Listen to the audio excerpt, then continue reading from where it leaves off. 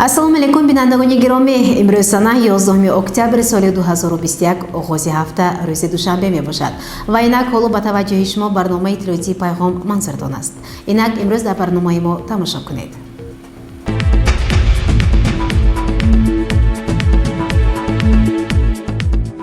раиси шаҳри панчакент абдухолиқ холиқзода бо рафти ҷамъоварии ҳосили шолӣ дар хоҷагии ваҳдати ҷамоати деҳоти халифа ҳасан шинос гардид ва ҳамзамон ҷиҳати васеъ намудани майдони кишти шолӣ дар ду тарафи дарёи Зарафшон ба масъулин дастуру супоришҳои мушаххас дод.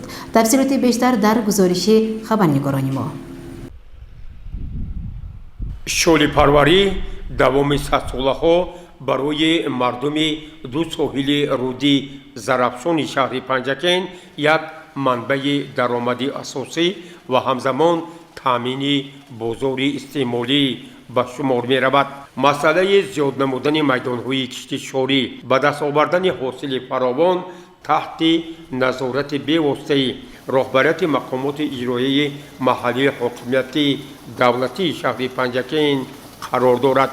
раиси шаҳр абдухолиқ холиқзода бо ҳамроҳии муовинон, роҳбарияти раёсати кишоварзӣ ва дигар масъулин бо рафти ҷамъоварии ҳосили шолӣ дар як қатор хоҷагиҳои деҳқонии ҷамоати деҳотӣ халифа ҳасан ва хурмӣ шинос гардид.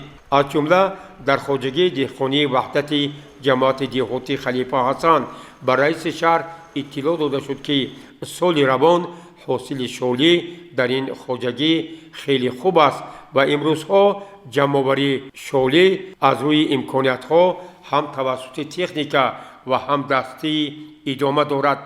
дар баробари анҷом додани дарави шолӣ кишоварзон барои кӯфтан ва коркарди он аз тамоми имкониятҳо самаранок истифода мебаранд.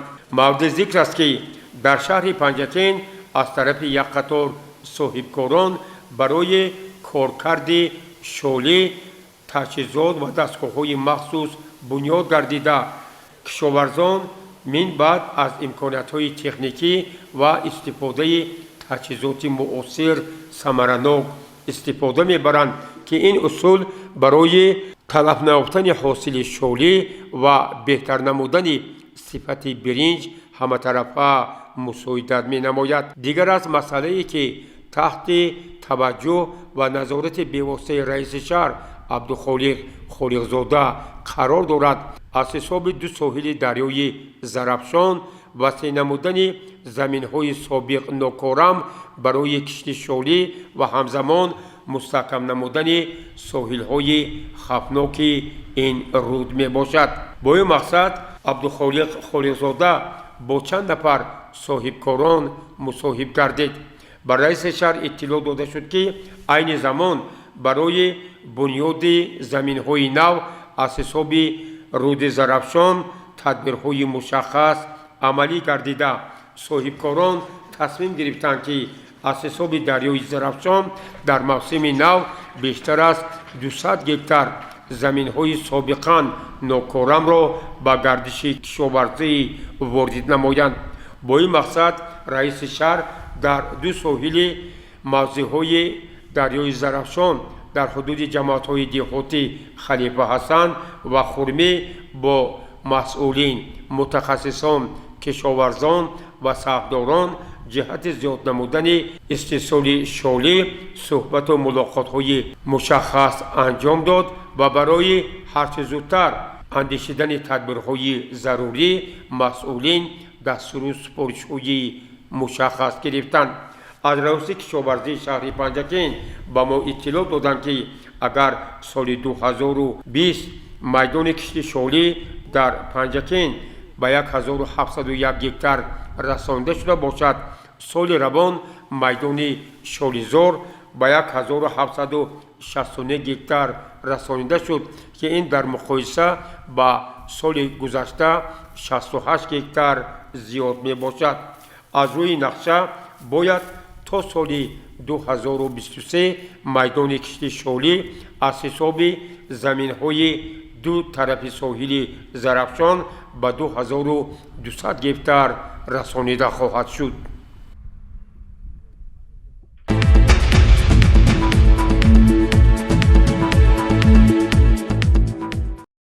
барномаро идома медиҳем.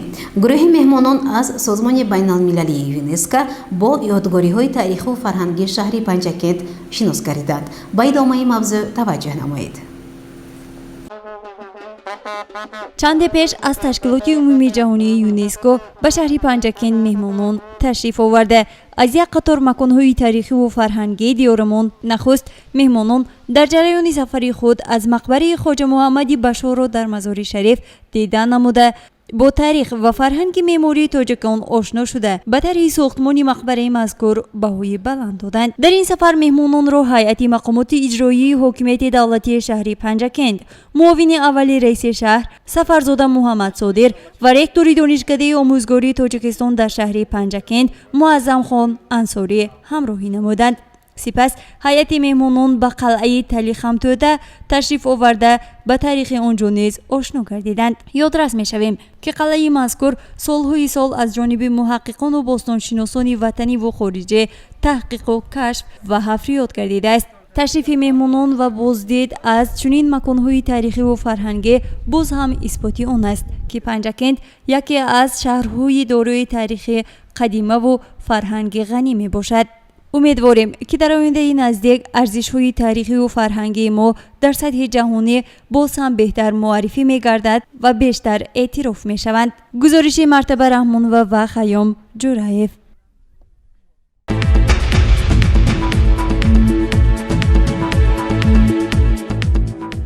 солҳои охир аз бемории фарбеҳӣ нафарони зиёде ранҷ мекашанд. дар бораи роҳҳои пешгирӣ аз бемории фарбеҳӣ табиби маркази саломатии шаҳри панчакент ҷаҳонгир бобоев тавсеяҳои хешро чунин баён дошт. фарбеҳӣ солҳои охир ба яке аз бемориҳои хавфноки сайёрон бадал гардида тамоми кишварҳои ҷаҳонро нигарон кардааст, зеро оқибати он ба камумрӣ оварда мерасонад.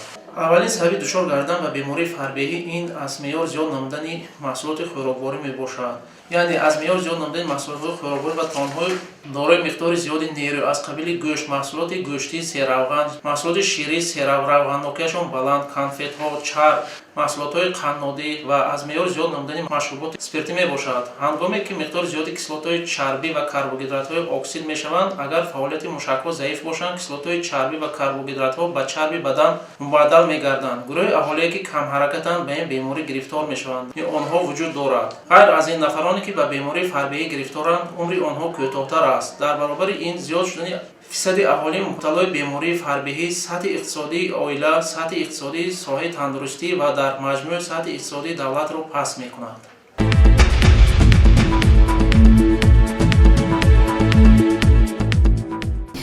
барномаро идома медиҳем. дар муассисаи таҳсилоти миёнаи умумии рақами яки шаҳри панчакент дар доираи ҳафтаи забони тоҷикӣ аз тарафи омӯзгори забон ва адабиёти тоҷик гулбаҳор хаҷаева конфронси илми адабӣ гузаронида шуд. дар муассисаи таҳсилоти миёнаи умумии рақами яки шаҳри панчакент ҳар ҳафта ҳамчун ҳафтаи фаннӣ гузаронида мешавад. ҳафтаи гузашта ки ба рӯзи забони давлатӣ рост омад, хонандагон ва омӯзгорони ин муассисаи таълимӣ чорабиниҳои гуногуни навбатиро ба рӯзи забони давлатӣ баргузор намуданд. аз ҷумла муаллимаи фанни забон ва адабиёти тоҷики ин муассисаи таълимӣ гулбаҳор хоҷаева якҷо бо шогирдонаш хонандагони синфи ҳаштуми д конфронси илми адабӣ ҳакими беназири қарнҳоро доир намуд. ҷамъомадро роҳбари иттиҳоди методии мактаб рухшонаӯроқова ифтитоҳ намуда изҳор дошт ки дар маҷмӯъ дар ҳафтаи забон ва адабиёти тоҷик омӯзгорон якҷо бо ҳамроҳии шогирдон дар мавзӯъҳои гуногун аз ҳаёту фаъолият ва мероси бои адабии шоиру нависандагони ҳар давру замон мисоли саидуи насафӣ, қаҳрамони тоҷикистон устод садриддин айнӣ, маснавии ҷалолиддини балхӣ, бӯстони саъдии шерозӣ, умари хайём, шоҳномаи фирдавсӣ ва монанди инҳо чорабиниҳо баргузор намуданд. абу али ибни сино яке аз абармардони илмҳои ҳикмат, мантиқ, табииёт, илоҳиёт, риёзиёт, тиб, забон, улуми адабӣ ва фанни шеър на танҳо дар шарқ, балки дар ғарб мебошад. ибни сино дар ғарб бо номи авиценна маъруф аст. аз ҷумлаи он донишмандони беназири шарқиест ки дар рушд ва такомули илмии ғарбӣ нақши муассири бевосита дорад. شناسایی پاریساله سرگذشت که زندگینامه با اعتمادترین ابن سینا میباشد و از زبان خود آن را شاگردش ابو عبید جزجانی همراه با مشاهدات بی‌واسطه‌اش نوشته است و سرچشمه‌های طبیعی بی‌نظیر او را در علم‌های گوناگون معین می‌سازد. هر مسئله را که معلم باید ذکر میکرده است از او بهتر تصور مینموده است و جوابهای میداده است که معلمش مانندش را نشنیده بود و از شاگرد خود بسیار در شگفت مانده بوده است. همین طرز سینا از روی گفته‌اش در چیزهای ظاهری منطق را نزد ابو عبدالله ناطقی که دواگر فلسفه بود خوانده است. سینا همین طرف کرده است ولی از سبب آنکه خود معلمش در درک این کتاب استوار نموده است و خود به حل مسائل آن کتاب شروع نموده است و به درجه پیش رفته است که با معلمش چندین شکل دشواری را نشان داده است و فهمانده است. پس از به پرتغال رفتن ابو عبدالله ناطقی سینا با آموختن کتاب‌های ابو نصر فارابی و شرح طبیعت الهیات آن مشغول شده است. سپس ابن سینا به علم طب رغبت کرده است و به خواندن کتاب‌های طبی را آورده است و در اندک مدت به درجه زبردست شده است که دانشمندان طب علم طب را نزد او به خواندن آغاز کردند و پرستاری بیماران را نیز به عهده گرفتند. خانندگان صنف هشتم با قرائت شعرها، زمزمه سرود و ابراز اندیشه اوید بر روز زبان دولتی به محفل حسن تازه بخشیدند. با استادی قلمکش داد پیغام تمامی شهر از هر یک در و با سلام دارم، درود دارم به سینا، سلام چون سرود دارم به سینا.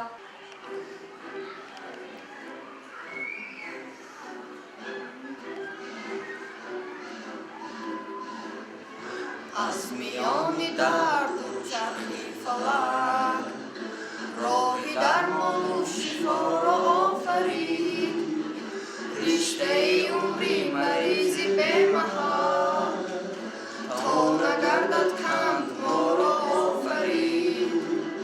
وای سوگندی طبیبی دائما رکنی پا بر جای در وجدان ماست. جان آدم در همه قلب و نجات در مقام و قدر همچون جان ماست. ما دوامی از دوامی آریان نسل سینا نسل انسان پربره استوارن در قرار و قبل خویش در نجات آدمان ره میبره. ما دوامی از دوامی آریان نسل سینا نسل انسان پربره استوارن در قرار و قبل خویش در نجات آدمان ره میبره.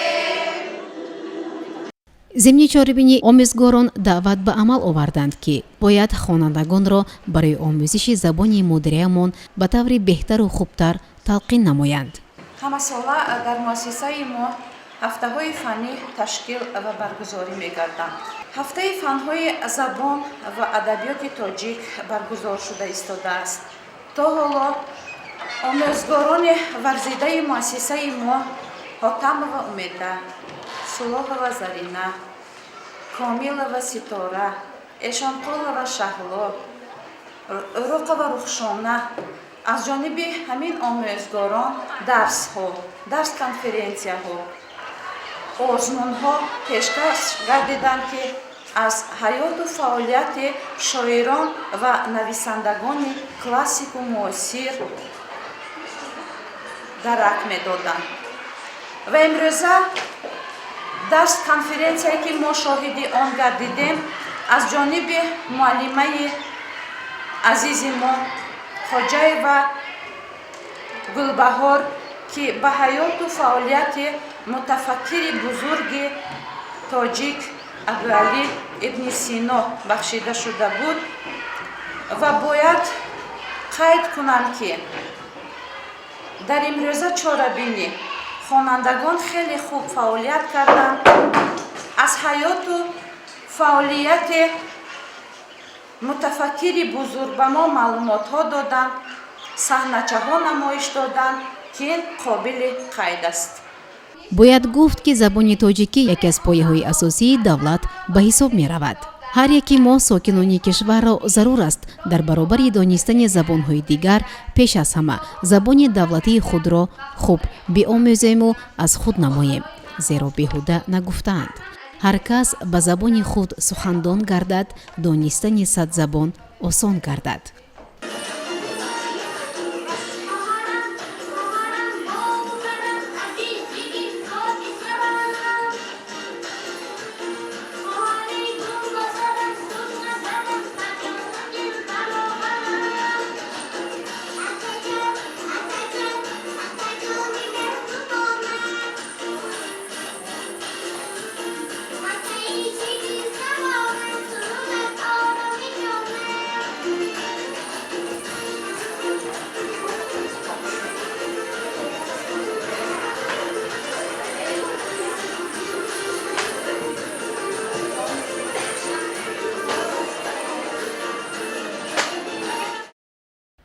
гузориши муиниса атамулоева ва исмоилҷон холов.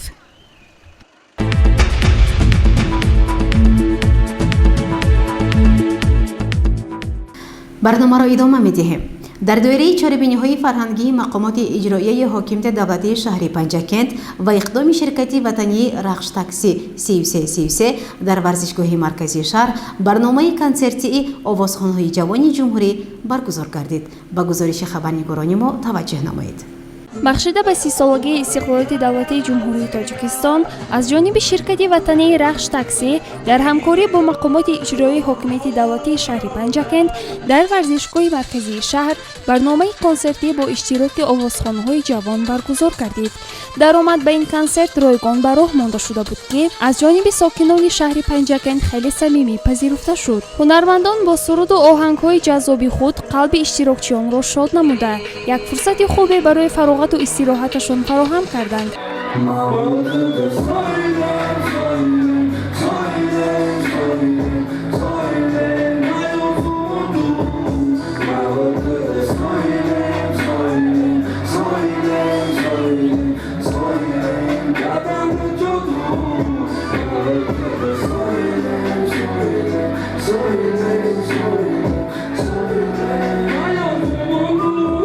мутаассифона дар ҷараёни ин барномаи консертӣ ҷавонони алоҳида ба ҳунарнамоии овозхонон халал расонида атрофи онҳо ҷамъ шуда бо телефонҳои худ ба наворбардорӣ машғул шуданд ки ин амали ношоистаи онҳо аз бефарҳангии чунин шаҳрвандон шаҳодат дод. ҳолон ки дар барномаҳои консертӣ қаблан дар ин варзишгоҳ баргузор шуда ҳамдиёронамон барномаҳои консертиро бо фарҳанги баланд тамошо карда буданд. умед мекунем ки дар оянда низ аз тарафи ширкати рахш такси чунин иқдомҳо амалӣ мешаванд ва барномаҳои консертӣ бо тартибу низом ва одобу рафтори намунавии тамошобинон баргузор хоҳад шуд. гузориши Сабрина Акрамова ва Исмоилҷон Холов.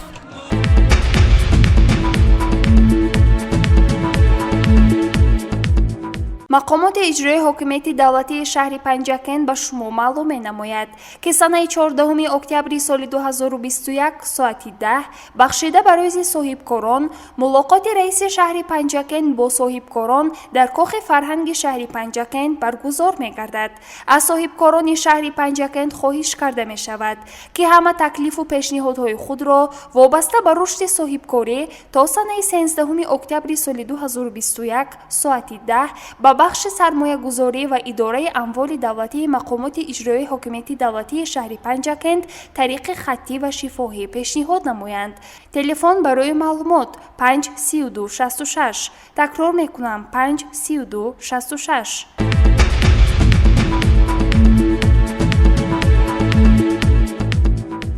бинандагони азиз, дар ҳаминҷо барномаи иттилоотии пайғом ба поён мерасад. ёдовар мешавем ки шумо барномаи иттилоотии пайғомро такроран аз ютуб канали мо ТВ Симо тамошо карда метавонед. дар ҳаминҷо ба шумо худоҳафизӣ мекунем. хайр, танисияту хонобод бошед.